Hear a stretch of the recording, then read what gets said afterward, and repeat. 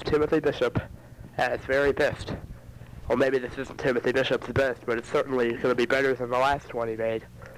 On January 27th, 1992, I created the side one of this very private tape, which I don't want anyone listening to besides myself. I certainly hope nobody else is listening to this. Alright. Oh, well, on the same day that I created side one of this tape, I also created a side two. And on that side two, it didn't really turn out that well, so on January 28th, the day afterward, I created another side two, and I said the exact same thing on that side as I did on the first side. And now that I've just finished listening to it on this day, February 6th, 1992, I am hoping that I can make even some more improvements on that and tell you some more recent stories. Now listen, as I'm talking right now, I can't even understand a single word that I say, because all the sound that goes into my ears bounces off of the wax and goes back down into my throat, causes some weird sounds to end up going to my brain, and I hope that matters don't get any worse. And now, I hope those burps are amusing when I listen to this. Alright, let me tell you of a recent story, which is a very bad memory, but indeed it turned out pretty well. Dad was going to go to a basketball game over in Atlanta. I think it was like the Hawks versus the Pistons, something like that. He wanted to go and see who would win because he's a big fan of both teams. And so he went to the basketball game, and he couldn't find a place to leave me and Mary, so he finally decided on the decision to leave us at Janice's house. So that's what we did. He knew that Janice didn't have much to cook us, so what he did was he cooked some sloppy Joe meat, and he gave it to me and told me to hold it in my lap over this towel in the car. See? Now, I bet you already know what's going to happen, but anyway, I'll tell you. While I was sitting there, Mary was sitting in the back seat. She had this real big fart coming up. So what she did was she sat on her hand and she farted on it. And then she stuck her hand in front of my face so I could smell it. Well, when she stuck it in my face, it distracted me, caused me to tip that pan just a little bit too far. And guess what happened? That sloppy Joe mix fell all over the car. Well, it didn't really fall all over the car, but you would think it did if you heard how mad Dad got about it. It turns out that it only fell to the right side of the seat and into those pockets in the door. But it didn't really cost him a whole lot of money. I don't think it would cost him any money to clean that up if he was able to do it himself. But anyway, what it was, I got out of the car, I looked in, and, well, what it was, I didn't realize that I'd spilled it right after I spilled it. So, I didn't know, but then I started feeling something hot in my leg. I looked over, there were sloppy joes everywhere, my heart sank. I knew immediately that I was in trouble. And I said, "Oh, Mary, look." And it was a gruesome sight indeed. I rushed out of the car, and I looked at it, and I thought, well, maybe I can clean it up with a towel and bring it in and just get another towel and he would never know. But while I was walking in, I looked in the drawer and I noticed we didn't have any towels that matched the one that I messed up. And even if we did have a towel that matched the one that I messed up, he would still see the dirty one in the dirty clothes. And that would be such a pretty sight. Well, I realized right then that I had to tell him what we did. So I rushed inside the house, and well, maybe I was already inside, but I remember saying to Mary, I have to tell him. I was in a bold, courageous voice there. I mean, it takes a lot of courage to tell Dad that you've done something wrong. Well, anyway, I went in and I told him, and he was sitting there organizing his discs, and he threw them down, and he said, "God, D-A-M-I-T." And he was so mad that he nearly made me pee in my pants. I'm telling you, he nearly made me pee in my pants. When he gets mad enough, that's what he'll do to you. That's how mad he gets. I wasn't sure whether he was going to come up and beat me up or not. I don't know. Someday he may get just mad enough to do that, and it wouldn't surprise me one bit. But anyway, he got so mad he nearly made me pee in my pants. Well, what it was, I grabbed about 4 napkins, rushed outside and cleaned up the car. And I almost had it clean, but I realized I needed a few more napkins. I was standing out there saying, should I leave it like this, or should I go back in and get more napkins? Because I realized that if I left it like that and just stayed outside, then I wouldn't have to listen to him. But if I walked back inside to get more towels, I knew that he would have something ready to say to me. So I went ahead and went back in the house and got more napkins, because I didn't want to get him too mad. He would be saying, well, you could have at least come back in the house and got more napkins. And anyway, I went back in the house, I got a couple more napkins, and right before that, He hollered at me like never before. He told me, you know, that car costed $14,000. He sat there yelling at me, $14,000. I mean, he acted as if I had just costed him $14,000 just because I spilled a little bit of sloppy Joe on the right side of his car. You don't think that if I spill a little sloppy Joe on the floor of your car or van or Oldsmobile or whatever you have, you don't think that's going to cost you $14,000, does it? Do you think that's going to cost you $14,000? I don't think so.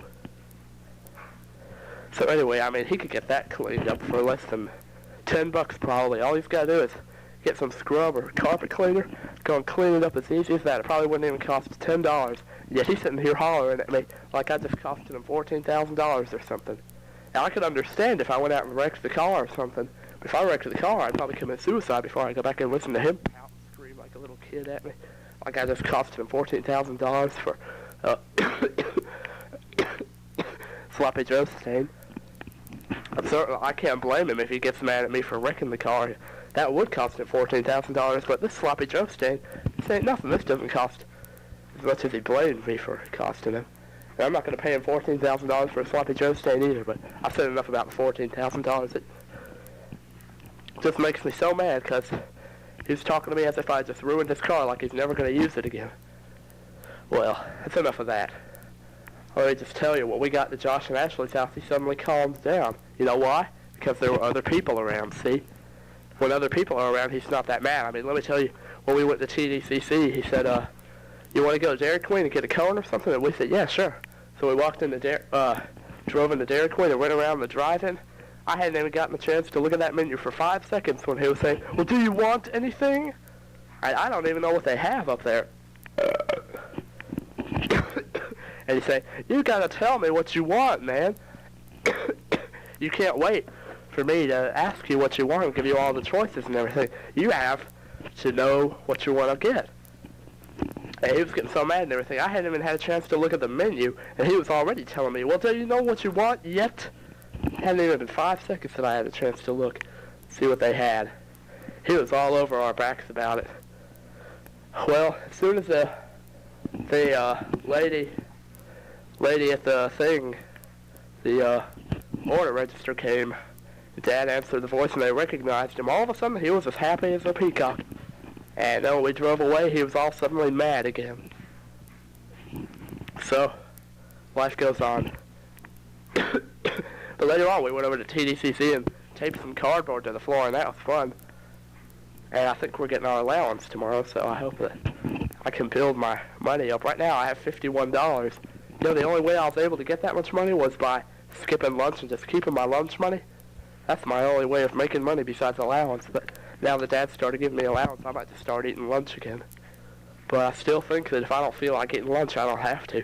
If I get $1.10 for it or $1 or whatever, then I certainly have a good chance of making a lot of money.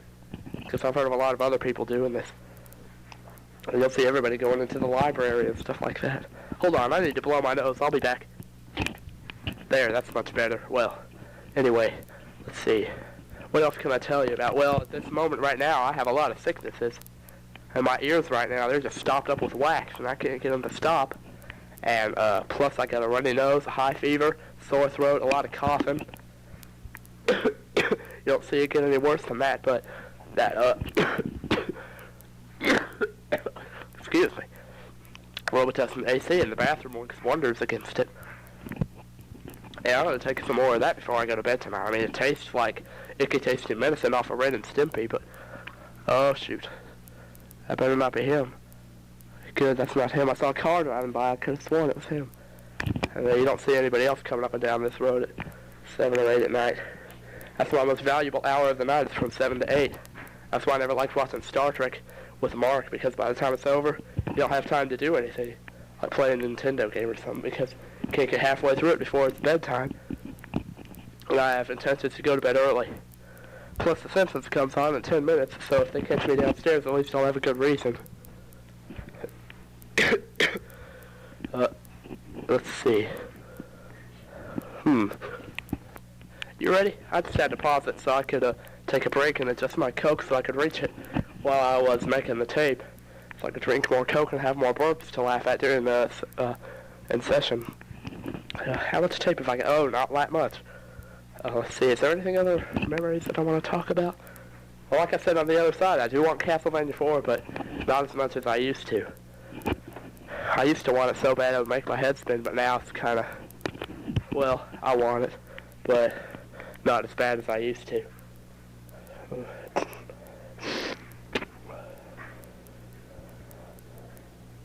Well, there's not that much to talk about. That's what I always say on all of my tapes. Remember Cookie's impression of Miss Lord? You got it up, back up. You got it up. Shoot. I can't do it with a sore throat. I do Dracula, you know. You guys in the back of the bus. You come up here right now. I'll write you up for ISS, you know. Well, that's not really what she says, but she always says, I'll write you up, or I'll take you off this bus, or something like that.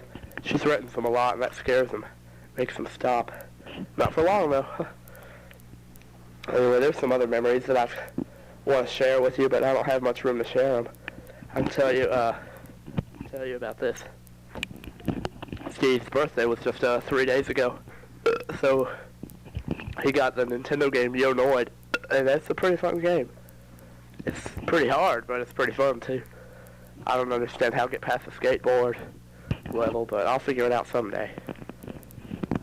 Plus, he also got some fish and stuff, and all kinds of other trash. He got new Nintendo controllers, but what difference will that make? I'm going to bring the Super Nintendo tomorrow night. Yeah, I'm lucky if I make it through a night spending the night here. I've always enjoyed spending the night at Mom's house more. The time just flies by when we're over there, but when we're over here, it's just sit there burping in your sleep. You can't get any way to pass the time. Over there, there's always something usually to do. You can sit around and you won't have to worry about somebody telling you to get off your butt and take out the trash or something. I guess it's because me and Mary are more of gifts there. Yeah, they make us feel more welcome. Certainly hope we can get a move on tomorrow morning. You know how it is when we go to Mom's house. Can't get a move on usually because Mary forgot her glasses. We left this morning, or Wednesday morning when we had spent Tuesday night here. I remember Mary said, "Oh, I forgot something." And when we drove back, I remember her complaining. She said, "We always forget something." And I went, "We?" You know, the only person that ever forgets anything is her. So, well, that's the way it is. Well, anyway, I guess I gotta say goodbye for now. I wish I could have shared better memories with you, and maybe I'll make another tape, a part 3 to this, because I really plan on doing that. But since I'm short on tape, I'm gonna have to say goodbye for now.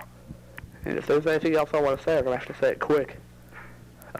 Be sure to watch the movie Terminator 2, and check out, let's see, I don't know, check out what? I'm not sure. Just, Tim, if you're grown up and you're listening to me, you should be good to your kids now. Don't be the way Dad was to you. Don't let them.